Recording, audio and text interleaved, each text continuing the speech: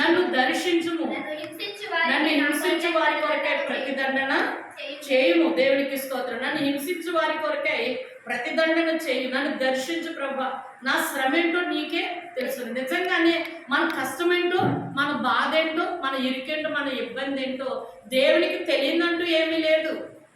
కాబట్టి ఇక్కడ ఇర్మియా గారు మాట్లాడుతున్న మాటల ప్రకారం నా శ్రమ నీకే తెలుసున్నది, నన్ను జ్ఞాపకము చేసుకుని నన్ను దర్శించుము, నన్ను హింసించుకోరు కొరకై ప్రతిదండన చేయు. నీవు దీర్ఘశాంతి కలిగిన వాడవై నన్ను కొనుక్కోకము. నీ నిమిత్తము నాకు నింద వచ్చుచున్నదని తెలుసుకును. నిందలు అవమానాలు రావటము సమంజసమే. నిందలు అవమానాలు వస్తాయి, అయినప్పుడు కూడా మన పక్షంగా ఎవరున్నారు చెప్పు? నిందకు ప్రతిగా రెట్టింపు ఘనతను దేవుడు మనకి దయచేస్తాడు. కానీ మనకు కావాల్సింది ఏంటి అని అంటే ఓర్పు, సహనం. కాబట్టి సమాజంలో ఎలా ఉంటున్నామో ఏంటనేటువంటి ఒక్క దేవుడు నడిపించినటువంటి రీతిలో మాత్రమే నడవాలి. వాళ్ళేదో అన్నారని వాళ్ళ తట్టు కూడా మనం వెళ్ళడానికి లేదని స్పష్టంగా చెప్తూ ఉన్నది. చూడండి ఇంకనూ కూడా ఏమన్నా ఉన్నది అక్కడ. కాబట్టి యెహోవా ఇలాగ సెలవిచ్చెను, నీవు నా తట్టు తిరిగిన యెడల. అమ్మా దాని కొంచెం పైన నీ మాటలు నీ నిమిత్తము నాకు నింద వచ్చునన్నదని తెలుసుకును. దేవుని నిమిత్తము మాట్లాడినప్పుడు నిందిస్తారు. మీ దేవుడు గొప్పవాడా అని అంటారు. అవును, మన దేవుడు గొప్పవాడే. మన దేవుడు నిజంగా బలశౌర్యము గల దేవుడే. నిందలు వస్తే మనకి యేసుక్రీస్తు ప్రభుని నమ్మినప్పుడు చాలామంది మన దారిలోకి రారు. వారు ఏంటంటే పైగా మనల్ని ఏం చేస్తారంటే నిందిస్తారు, అవమానిస్తూ ఉంటారు. శ్రమ కలుగుతుందని నీకే తెలుసు, నాకు నింద వచ్చిందని నీకు తెలుసు కదా, నన్ను దర్శించుము, నన్ను జ్ఞాపకం చేసుకోమని ఇర్మియా భక్తుడు దేవుని యొక్క నామమును స్మరిస్తూ దేవుని సన్నిధిలో అడుగుతూ ఉన్నాడు. అలాగే నీ మాటలు నాకు దొరకగా నేను వాటిని ఏం చేస్తాను? భుజించి తిని. సైన్యములకు అధిపతి యెహోవా దేవా, నీ పేరు నాకు పెట్టబడిన గనుక నీ మాటలు నాకు సంతోషము. దేవుని మాటలు ఎంతమందికి సంతోషం ఇస్తున్నది? ఆయన పేరు పెట్టబడిన జనులు, అనగా పేరు పెట్టడం అంటే క్రైస్తవులు. అందుకే క్రీస్తుని ధరించిన మనము, మన నడవడి, మన మాట అలాంటి. చూడండి యవనస్తుల కూడికలో ఎస్తేరు గురించి ఎలాగైతే ఆమె హేగే యొక్క దయనొందింది, అతను చూడగానే ఆమె చక్కనిది, చిన్నది, చాలా వినయవంతురాలు, దీన మనసు కలిగినది. కాబట్టి దీన మనసును వస్త్రం ధరించాలి మనం. దయనొందింది, ప్రత్యేకమైన హోదాలో, ప్రత్యేకమైన స్థాయిలో ఆమెను ఒక ప్రక్కన పెట్టి 7 చెలికెత్తులను ఇచ్చాడంట. ఆమెకు ఉపచారం చేయడానికి, పని చేయడానికి 7 ఇచ్చాడంట. తర్వాత ఈ సుగంధ పరిమళ ద్రవ్యముల కాలము తీరిపోయిన తర్వాత రాజు దగ్గరికి వెళ్లే ముందు ఆ హేగే ఏమిస్తాడో ధరించుకోవడానికి అవే తీసుకున్నాడు. ఈ రోజున మనం ఏంటంటే తల్లిదండ్రులు ఇచ్చే డ్రెస్ వేరింగ్లో కూడా, ఇందాక చెప్పాను నువ్వు లేవు, నువ్వు రాలేదు మధ్యాహ్నం మరి 5 గంటలకి యవనస్తుల కూడికలు. డ్రెస్ వేరింగ్ టైప్అప్లో కూడా తల్లిదండ్రులు చూడు, వాళ్ళు ఎలాగ పర్సనాలిటీగా, ఒకప్పుడు పురుషులు ఎలాగ ఉండేవారు, ఇప్పుడున్న పిల్లలు ఎలా ఉంటున్నారు డ్రెస్ వేరింగ్లో కూడా. కటింగ్ ఫ్యాంట్లు, ఈ జుట్టు ఏమో పిట్ట, టోపీ పిట్ట ఉంటుంది కదా, ఆ పిట్ట టైప్లో ఇక్కడ చూస్తేనేమో కటింగ్లు ఇలా గీతలు పెట్టుకుంటున్నారు. రెవిడీజం అనమాట. అసలు పురుషునికి ఉండవలసిన లక్షణాలు మన పితృల కాలం నుంచి ఎలా ఉన్నదో అలా నడుచుకుంటేనే ఒక గౌరవం తప్ప డ్రెస్ వేరింగ్లో కూడా చూశాడు. అక్కడ మీరు విన్నారు కదా, మీరు వచ్చారు కదా, మీరు విన్నారు. నేనేమి కల్పించేమి చెప్పట్లేదు కదా. యవనస్తుల యొక్క కూడికలో దేవాది దేవుడు మాట్లాడిన మాటలు, ఎస్తేరు హేగే నిర్ణయించిన దుస్తులు తప్ప, ఆయన నిర్ణయించిన అలంకారం తప్ప వేరొకటి ఆమె ధరించలేదట. ఏమండి, ఈరోజు సిల్వర్ కమిస్ అంటే ఒక టాప్లని అవన్నీ వస్తున్నాయి. కానీ ఒకప్పుడు సిల్వర్ కమిస్ ఎలా ఉండేది? చాలా లూజ్గా ఉండేది. ఇప్పుడు అన్నీ కూడా లెగ్గిన్స్ అంట. మొత్తం నీ బాడీ షేప్ ఎలా ఉన్నదో మొత్తం కనబడేటట్టుగా లెగ్గిన్స్ కావాలి. ఇప్పుడు కొన్ని లెగ్గిన్ అనేటువంటిది ఇంకోటి వచ్చింది. లెగ్గిన్తో పాటు ఏమొచ్చింది? ఇంకోటి ఏమొచ్చినాయి కదా, సకానికి ఎత్తగొడతారు, అసలు కింద ఉన్నాయో లేదో కూడా తెలియబడలేదు. అంటే ఎవరికి ఇప్పుడు లెగ్గిన్తో పాటు ఇంకోటి ఏదో వచ్చింది కదా, ఇంకోటి ఏదంటారమ్మా? యాంకిల్ అంట. యాంకిల్ అది ఎలా ఉంటుందంటే కింద వరకు కప్పట్లేదు. పురుషుడికి అలాగే అయిపోయింది యాంకిల్ ప్యాంట్స్, ఆడబిడ్డలకు కూడా అలాగే అయిపోయింది. కానీ ఇక్కడ ఎస్తేరుని చూసినప్పుడు ఆ హేగే నిర్ణయించిన దుస్తులు తప్ప మరొక దుస్తులు అక్కడ ధరించలేదు. 2వ అధ్యాయంలో ఒకసారి చూద్దామా? ఎందుకంటే రాలేని పిల్లలు ఇప్పుడు ఉన్నారు కాబట్టి అనే దానికి కొంచెం ఆలోచన చేసుకుంటే చూడండి, ఎస్తేరు గ్రంథము 2వ అధ్యాయము. మరి తీయాలి, ఇందాక వచ్చిన పిల్లలు ఇక్కడ ఉన్నారు కాబట్టి నేను ఎక్కడ చెప్పాను అనేటువంటిది తీయాలి ప్రియులారా.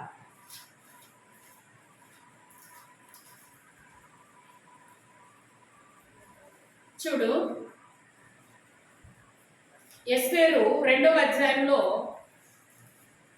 7వ వచనంలో చూస్తే తన పినతండ్రి అయిన కుమార్తెను హదస్సాను ఎస్తేరు తల్లిదండ్రులు లేనిదై ఉండగా అతడు ఆమెను పెంచుకొనెను.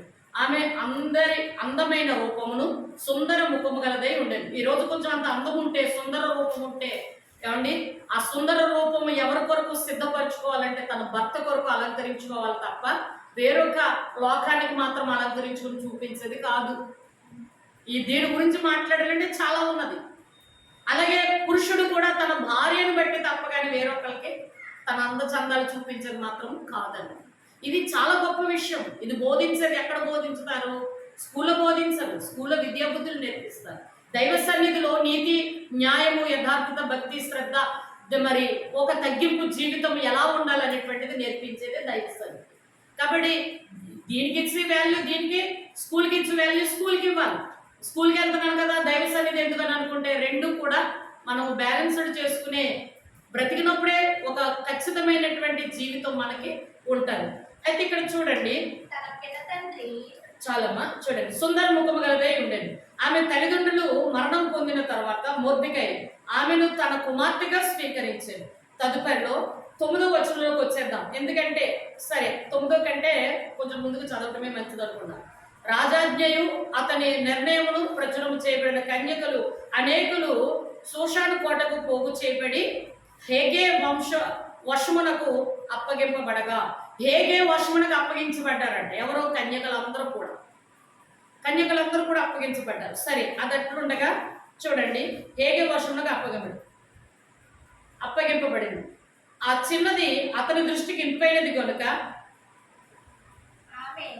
కన్యకులు అనేకులు శూషాను కోటకు పోగు చేయబడి హేగే వశమునకు అప్పగింపబడగా ఎస్తేరును రాజు యొక్క నగరునకు తేబడిన స్త్రీలను కాయు హేగే వశమునకు అప్పగింపబడను. ఆ చిన్నది అతని దృష్టికి ఇంపైనది కనుక ఆమె అతని వలన దయ పొందెను. కాబట్టి ఆమె పరిమళ క్రియల కొరకైన వస్తువులను, ఆమె కొరకు రావలసిన భోజన పదార్థములను రాజు ఇంటిలో నుండి ఆమెకు ఇయ్యదగిన 7 ఆడపిల్లలను అతడు ఆమెకు త్వరగా ఏర్పరిచాడు. చూసారా, ఒక ప్రత్యేకమైన, మీకు అర్థం కాలేదేమో కానీ రాజు సముఖముల నుండి వచ్చే భోజనము, రాజు సముఖంలో ఉన్నటువంటి చిన్న ఆ యొక్క పనికత్తులు ఎవరైతే ఉన్నారో ఆమెకు ఇవ్వబడినట్టు ఒక ప్రత్యేకమైన హోదాని ఇచ్చాడు. ఏగే అందరిలాగా కాదు. అక్కడ అనేక మంది స్త్రీలు ఉన్నారు. ఆ స్త్రీలు కాదు, అనేక మంది కన్యకులు ఉన్నారు. ఒక రాణిగా ఎంపిక చేయబడటానికి వచ్చిన వాళ్ళు ఉన్నారు అక్కడ. కానీ అందరిలో ఈమెను దేవుడు చూడండి హేగలో కూడా దయ పుట్టించాడు. ఎందుకు? ఆమె యొక్క ప్రవర్తనను బట్టి దయ పుడతారు. మన ప్రవర్తన బట్టి ఇతరులు మనల్ని గౌరవించినా, వాళ్ళని ప్రేమించినా, మనల్ని ఏదైనా సరేపటికి కూడా మన ప్రవర్తన బట్టి ఇతరులు మనల్ని ఆకర్షించబద్దులమై ఉండాలి తప్ప కానీ మనం సూచి చీచి అని ఆశ్రయించుకునే పరిస్థితులు మాత్రం, అది మగపిల్లడేమన్నవి ఆడపిల్లడవని చీ అని ఆశ్రయించుకునే పరిస్థితులు కనుక రాకూడదు. హేగే ఎందుకంత దయ, ఎందుకంత? అతను రాజు కాదు, అక్కడ పరిచారకుడు మాత్రమే. అయినప్పటికీ కూడా చిన్నదాన్ని చూడగానే ఆమె యొక్క ప్రవర్తనను బట్టి, ఇప్పుడు చిన్నదే కాదు పురుషుడైనా అంతే.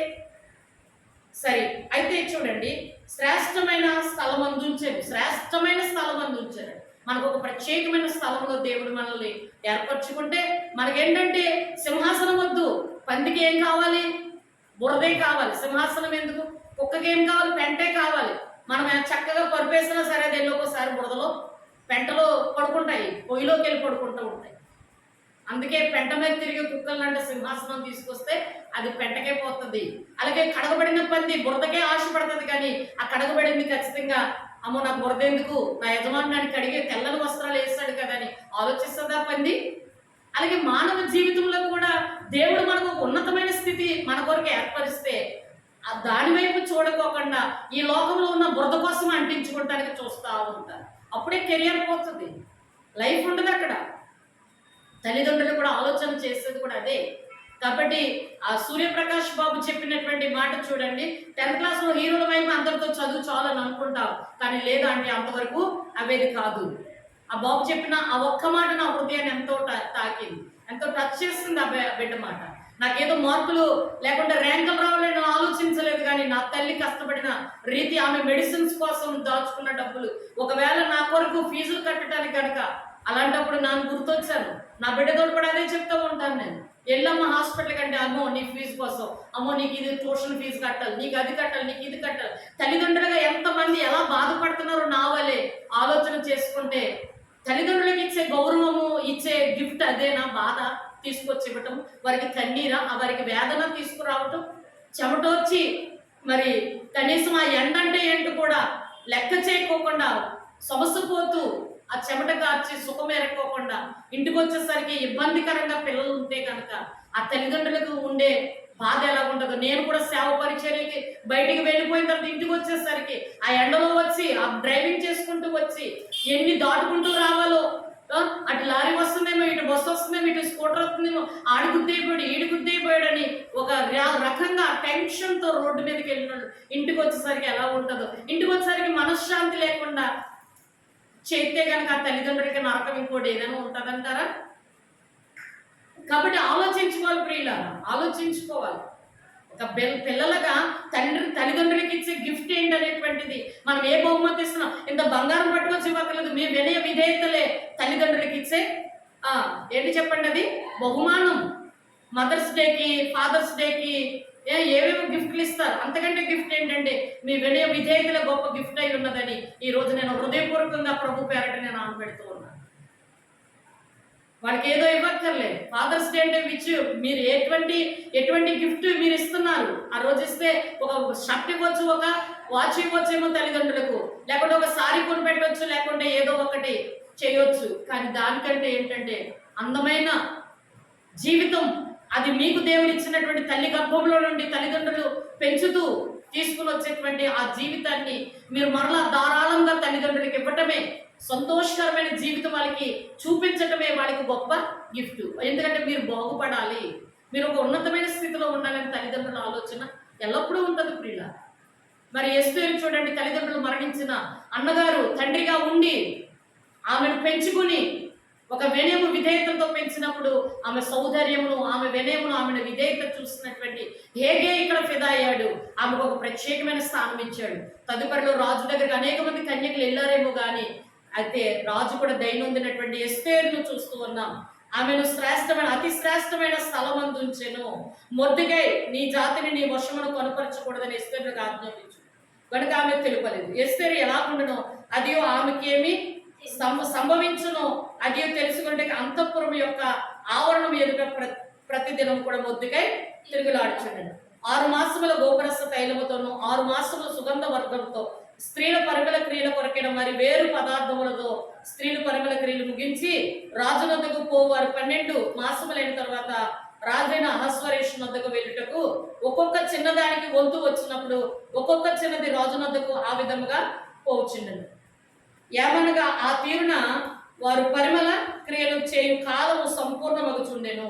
పరిమళ క్రియలు, పరిమళం మనం కొట్టుకునే షాంపూ, మనం దూకునే దువ్వెన, మనం చేసుకునే విధానం అంతా కూడా అలంకరణ, పరిమళ క్రియలు, సుగంధం. చూడండి, పెండ్లి కూతురికి ఏం చేస్తారంటే శుభ్రంగా పసుపు పెట్టి, నలుగు పెట్టి అన్నీ చేసి చక్కగా రూపవతిగా దిద్ది పెండ్లి కుమారునికి దగ్గరికి, పెండ్లి దగ్గర తీసుకెళ్తారు. అలాగే పెండ్లి కుమారుని కూడా ఏం చేస్తారు, ఆ రోజు నలుగు పెట్టి శుభ్రంగా పరిమళ తయారు. చూడండి, ఆ యొక్క పూలేసి ఐఎస్ఈఎస్ఈ మధ్య స్నానాలు చేయించి మళ్ళీ అప్పుడు పెండ్లి కుమార్తె దగ్గరికి పెండ్లి కొడుకుని తీసుకెళ్ళి ఈ పరిమళ యొక్క సువాసన కాలం. ఇప్పుడు ఆ కాలంలో అది ఉన్నదండి, ఈ కాలంలో మన అలంకరే పెద్ద పరిమళ క్రియలు. ఏమంటే వినయ విధేయతలే గొప్ప పరిమళ క్రియలు. ఈరోజు ఇక్కడిక్కడ చిరుకొని జీన్సులు ఏమంటే బాగా బిగబట్టేసి మన షేప్ ఎలా ఉన్నదో బిగబట్టేసినటువంటి రీతిలో మగవాళ్ళకి చూపించుకునే ఆడబిడ్డలు, అలాగే మగపిల్లలు కూడా అదే రీతిలో చిరిగిపోయినటువంటి అవేం మోడల్, అవేం విధానాలు, తల్లిదండ్రులు ఎలా ఉన్నారో ఆ రీతిలో చక్కగా నిజంగా ఆకర్షితులు అవ్వటంలో చిచ్చి దరిద్రం అన్నట్టుగా ఉండకూడదు. పెళ్లి చేసుకునేటప్పుడు ప్రతి పురుషుడు కూడా కోరుకునే ఆడదాన్ని బట్టి ఏంటంటే ఆమె చక్కగా వందనగా ఉన్నది అది చూస్తాడు. పోకిరి వేషాలు వేసే వాళ్ళు కూడా ఇంక దాన్ని ఏంటంటే శుభ్రంగా ఒక టిష్యూ పేపర్తో సమానం.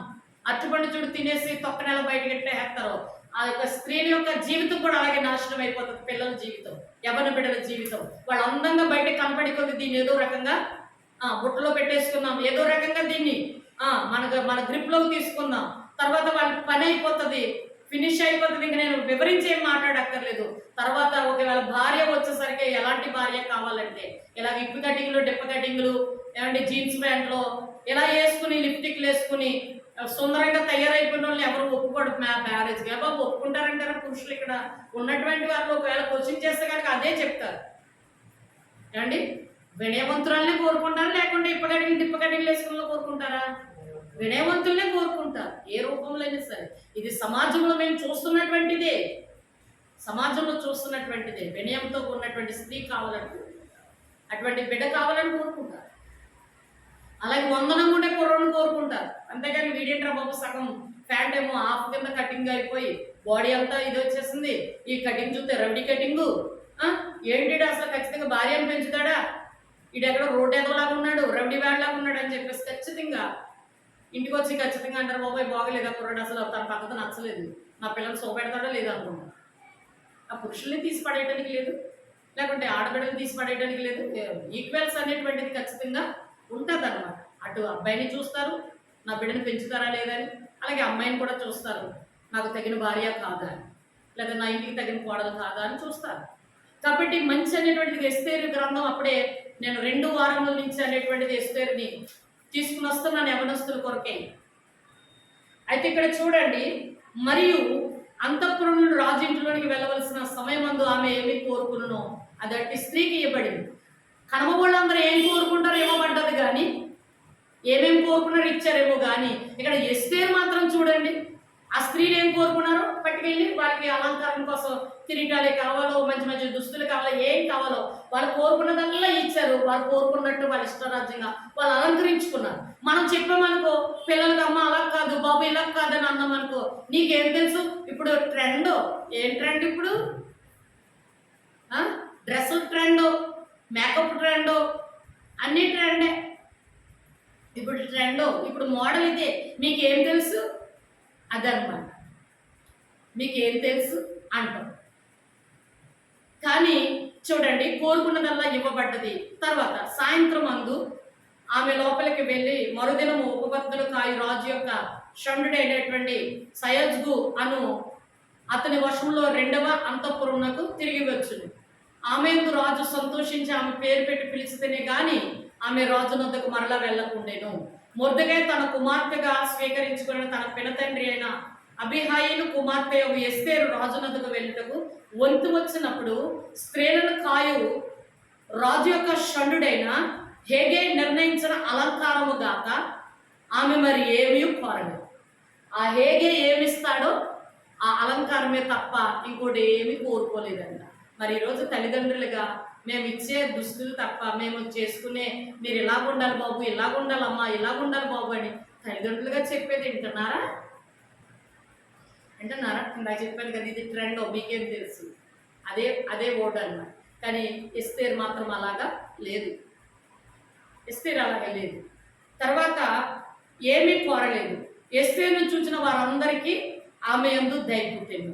అది మనం చూసిన వాళ్ళందరికీ మన యందు ఏం పుట్టాలా? దయ పుట్టాలి, దయ పుట్టాలి. ఎక్కడ కూడా ఏమన్నది అక్కడ? ఏమీ కోరలేదు. ఎస్తేరును చూసిన వారందరికీ దయ పుట్టేను. ఈ ప్రకారం ఎస్తేరు రాజైన అహస్వేరోషు ఏలుబడి యందు 7వ సంవత్సరమున తేబేతు అను 10వ నెలలో రాజనగరంలోనికి అతని యొద్దకు పోగా స్త్రీలందరికంటే రాజు ఎస్తేరును ప్రేమించను. కన్యకలందరికంటే ఆమె అతని వలన దయాదాక్షిణ్యములు ప్రేమించను. కన్యకలందరికంటే ఆమె అతని వలన దయాదాక్షిణ్యములు పొందను. అతడు రాజ్య కిరీటం ఆమె తల మీద ఉంచి ఆమెను వస్తికి బదులుగా రాణిగా నియమించినప్పుడు రాజు తన అధిపతులందరికంటే సేవకులందరికీ ఎస్తేరు విషయం యొక్క గొప్ప విందు చేయించి సంస్థానములలో సెలవు దినములు ప్రకటించి రాజు స్థితికి తగినట్టుగా బహుమతులు ఇప్పించాను. చూసారు కదా, అదన్నమాట. మరి ఎస్తేరికి ఉన్నటువంటి అంత ఇది. కాబట్టి మనం కూడా పురుషులమా స్త్రీలమా అనేది కాదు. ఇర్మియా గ్రంథం 15:19 వచ్చేసరికి, కాబట్టి యెహోవా ఇలాగ సెలవిచ్చాడు, నీవు నా తట్టు తిరిగినెల్లా నీవు నా సన్నిధి నిలిచినట్లు నేను నిన్ను తిరిగి రప్పిస్తాను. ఏవి నీచములో ఏవి గణములో నీవు గుర్తుపెట్టినెల్లా నీవు నా నోటి వలె ముందు వారు నీ తట్టును తిరగవలెను గాని నీవు వారి తట్టునకు తిరగకూడదు. అప్పుడు నేను ఈ ప్రజలను పడగొట్టజాలని ఇత్తడి ప్రకారం నేను నియమించేదను. నిన్ను రక్షించుటకు నిన్ను విడిపించుటకు నేను తోడై ఉండును కనుక వారు నీ మీద యుద్ధము చేదురు గాని నిన్ను జయించక పోదురు. యెహోవా సెలవిచ్చుచున్నాడు, దుష్టుల చేతుల నుండి నిన్ను విడిపించేదను, బలాత్కారుల చేతులు నిన్ను విడిపించదు. దేవుడు చెప్పింది చెప్పినట్టు చేస్తే ఇలా తోడై ఉంటానని ఇక్కడ వ్రాయబడిన మాటలు మనం వింటున్నాం. కాబట్టి ఏవి నీచములో ఏవి గలములో గుర్తుపట్టాలి. వారు మన తట్టు తిరగాలి తప్ప మనం వారి మార్గంలో, సినిమాకి రమ్మంటే వారి మార్గానికి వెళ్ళిపోకూడదు, షికారికి వెళ్దామంటే వెళ్ళిపోకూడదు, పలానా చోటకి వెళ్ళిపోతుంటే వారు మన తట్టు గుడికి రమ్మంటే వస్తారేమో చూద్దాం, అక్కడ పలానా చోట మీటింగ్ జరుగుతున్నది రాండి వస్తారేమో చూద్దాం. మంచి మార్గంలోకి రారు, చెడు మార్గానికి వాళ్ళు రమ్మంటే మనం వెళ్ళిపోతాం. కానీ అదే మంచి మార్గంలో నువ్వు రమ్మంటే వాళ్ళు రారు. ఎందుకని అంత వ్యత్యాసం? అదే నేనంటాను, ఒకరు గుమ్మాలోకి మనం వెళ్ళి పదే పదే కూర్చుంటే కానీ వాళ్ళు వచ్చి మన గుమ్మాలో కూర్చోగలుగుతున్నారు అనేది కూడా ఆలోచించమంటాను ఎవరి పిల్లలు. కాబట్టి దుష్ట సాంగత్యాలు మంచి నడవండి చెరిపేస్తూ ఉంటాయి. మనము దుష్టుల యొద్దకే పదే పదే అపవాది నడిపిస్తాడు. అపవాది చెడు మార్గానికి పోవటం విశాలంగా ఉంటుందంట ఆ మార్గం, చెడు మార్గం. అదే ఇరుకైన మార్గం ఉన్నదంటే అది మంచి మార్గం, తిన్నని మార్గం. అది ఇరుకు ద్వారా రమ్మంటే రాలేడు, అప్పుడే తెలుసుకోవాలి. అది మన మార్గంలో రావట్లేదంటే అది తిన్నని మార్గం. వంకర మార్గంలోకి వెళ్ళిపోదామంటే మరి ఇలాగ వెళ్ళి మీ డాడీ చూస్తారు, అటు నుంచి వెళ్ళిపోదామని అంటారు. ఇలాగ వెళ్దామంటే మీ అమ్మగారు చూస్తారు కానీ అక్కడ కాదు ఎక్కడ ఆడుకుందామంటారు. ఇలాగా చెడు మార్గాలు తప్పించడం వంకర మార్గాలు. తిన్నని మార్గం సరైన రోడ్డు, అది జీవితాన్ని సౌమ్యంగా కాపాడేటువంటి మార్గం. కాబట్టి ఇరుకు ద్వారము దేవునిది, విశాల మార్గము లోకానిది. మనం ఎందులో పోతున్నామో వాళ్ళు రమ్మంటే వాళ్ళు మనం వెళ్ళిపోయి వాళ్ళ మార్గంలో కాదు, అవి ఏవి నీచంలో ఏవి గమలో కూడా గుర్తుపట్టాలి. రానిటువంటి ఎస్తేరు ఈరోజు చరిత్రలో మిగిలింది. మనం కూడా అలాగే చరిత్రలో బైబిల్ గ్రంథంలో రాయబడకపోయినా పర్వాలేదు కానీ సమాజంలో మనము ఖచ్చితంగా నిలిచిపోవాలి. కుటుంబంలో మనం నిలిచిపోవాలి. జీవితంలో మనం ఒక మోడల్గా అనేక మందికి మనం ఉండాలి. అటు కృప దేవుడు మనందరికీ దయచేయడు గాక. ఆమేన్. ప్రార్థన చేస్తాం.